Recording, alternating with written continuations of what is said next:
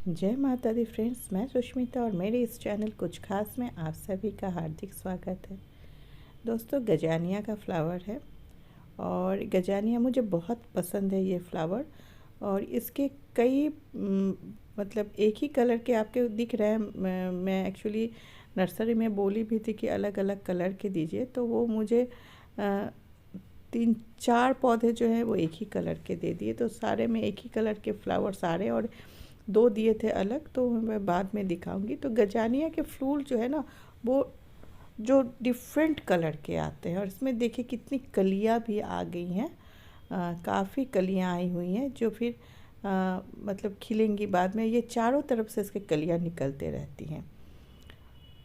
तो ये पौधा जो है दोस्तों, इसे आप कैसे लगाइएगा, सारी चीज़ें मैं इसमें डिटेल्स में बता देती हूँ।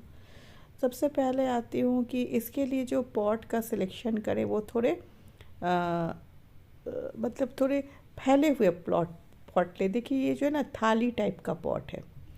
थाली टाइप का मैं पॉट ली हूँ, क्योंकि ये जो है ना, ये इसके पत्तियाँ जो फैलती है, आपको दिख रहा होगा कि ये चारों तरफ फैल जाती है। तो इस तरह का पॉट लेने से क्या होता है कि इसके पत्तियों को फैलने में, और इसके जड़ें भी है ना, वो चारों तरफ फैलती है।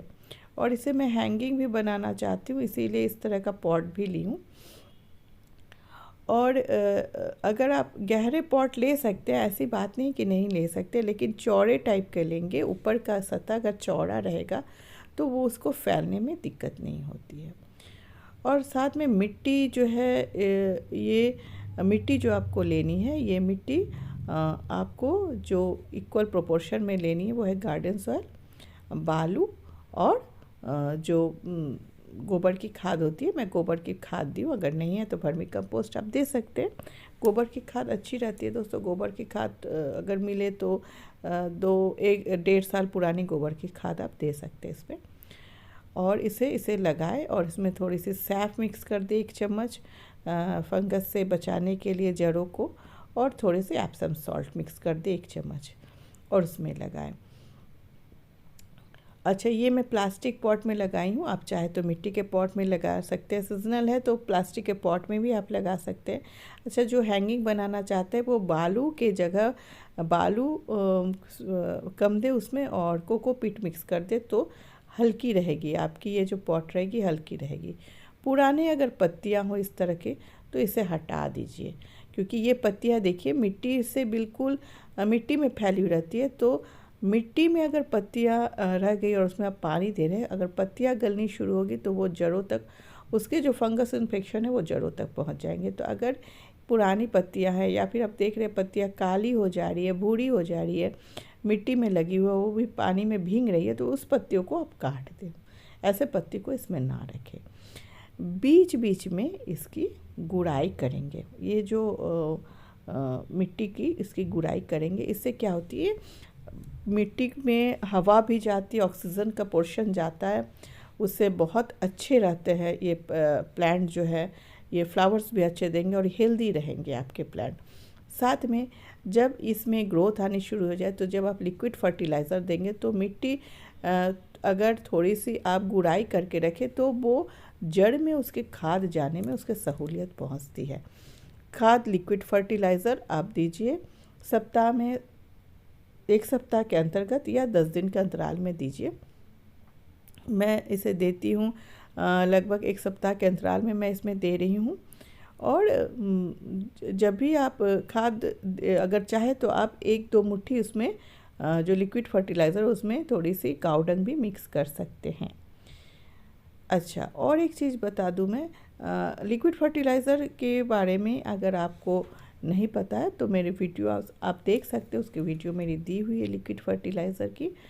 फिर भी मैं एक बार बता देती हूँ। इक्वल प्रोपोर्शन में आप काऊ डंग ले सकते हो उसमें, और जो नीम केक आता है, नीम खली जो आती है, नीम खली लीजिए, बादाम खली ले लीजिए, और मस्टर्ड केक ले लीजिए। सबको एक साथ मिक्स कीजिए, पानी में भिगो दीजिए, और 4 दिन भिगोने के बाद उसको, उसमें जितने से, अगर 1 मग आप निकाल रहे हैं तो 10 मग उसमें पानी मिक्स कीजिए। और अब उस पानी को आप जितने भी फ्लावर्स खिल रहे हैं उस तरह के पौधे में दे दीजिए। जिस पौधों में ग्रोथ हो रही है उसमें दे दीजिए। अच्छा, साथ में आपको करना क्या है दोस्तों, जितने भी पौधे हैं आपके उसमें नीम ऑयल का स्प्रे 1 सप्ताह के अंतर्गत या 10 दिन के अंतराल पर वो भी आपको करना ज़रूरी है, ताकि कोई भी कीड़े मकोड़े नहीं लगें। तो मैं लगभग 10 दिन के अंतराल में इन्हें कर देती हूँ। नहीं तो आप देखेंगे इसके पत्तियाँ जो है ना सिकुड़ने लगेगी, कभी कभी ऐसे होती है। तो उस वक्त आप समझ जाइएगा कि इसमें फंगस इन्फेक्शन लग रहा है या फिर कुछ किसी तरह का कीट जो घर बना रहे हैं। तो आपको इसीलिए 10 दिन के अंतराल में ये करना ज़रूरी। अब देखिए, मैं कही थी ना मेरे पास दूसरे कलर भी हैं, तो ये एक कलर की और है। बहुत सारे कलर के होते हैं दोस्तों गजानिया, लेकिन ये मेरे पौधे की हालत आप देख रहे होंगे, ये सूख चुकी है। तो इसकी हालत बहुत ख़राब है। कारण यही है कि कुछ दिन पहले बारिश हुई थी और ये मेरा पौधा एक कॉर्नर में रखा हुआ था, वो गिर गया था नीचे। इतनी हवा भी तेज़ थी और मैं ख्याल नहीं कर सकी, दूसरे पौधों में लगी हुई थी। तो मुझे एक दिन ये पौधा मुझे दोस्तों 1 दिन के बाद दिखाई दिया। और इसके क्या हुआ कि जब मैं इसे निकाली तो इसके पूरे जड़ से मिट्टी गायब थे, बिल्कुल मतलब गमला अलग और जड़ अलग हो गए थे। तो फिर मुझे इसे रिपोर्ट करना पड़ा। रिपोर्ट करने के कारण देखिए इसकी हालत क्या है। खैर ये स्टेबल पोजीशन में आ गए हैं, ये लग जाएंगे, मुझे पता है ये लग जाएंगे, लेकिन मुझे काफ़ी पत्तियां हटानी पड़ी है क्योंकि इसके जड़ डिस्टर्ब हो गए ना। तो जड़ जब डिस्टर्ब हो जाएंगे तो सॉकिंग पीरियड में आ जाएगा ये पौधा, और सॉकिंग पीरियड में आ चुका है। इसे भी ग्रोथ लेने में थोड़ी सी समय लगेगी, लेकिन ये लग जाएंगे, मुझे पता है। तो इसीलिए अगर दोस्तों अगर आप नर्सरी से कोई पौधा खरीद के लाते इस वक्त जो फ्लावर्स दे रहे हैं, तो उसको डायरेक्ट आप उसके जड़ों को छेड़छाड़ ना करें।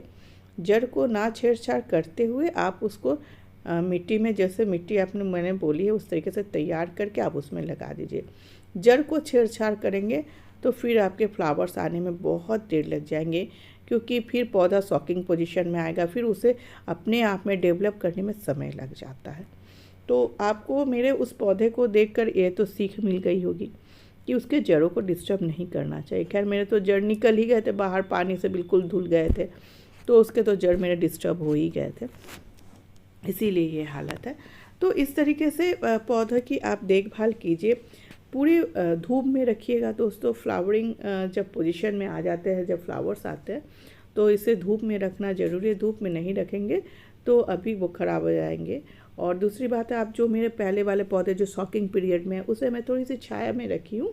थोड़ी जैसे उसमें पत्तियाँ डेवलप होनी शुरू हो जाएगी, मैं उसे फिर धूप में रख दूँगी।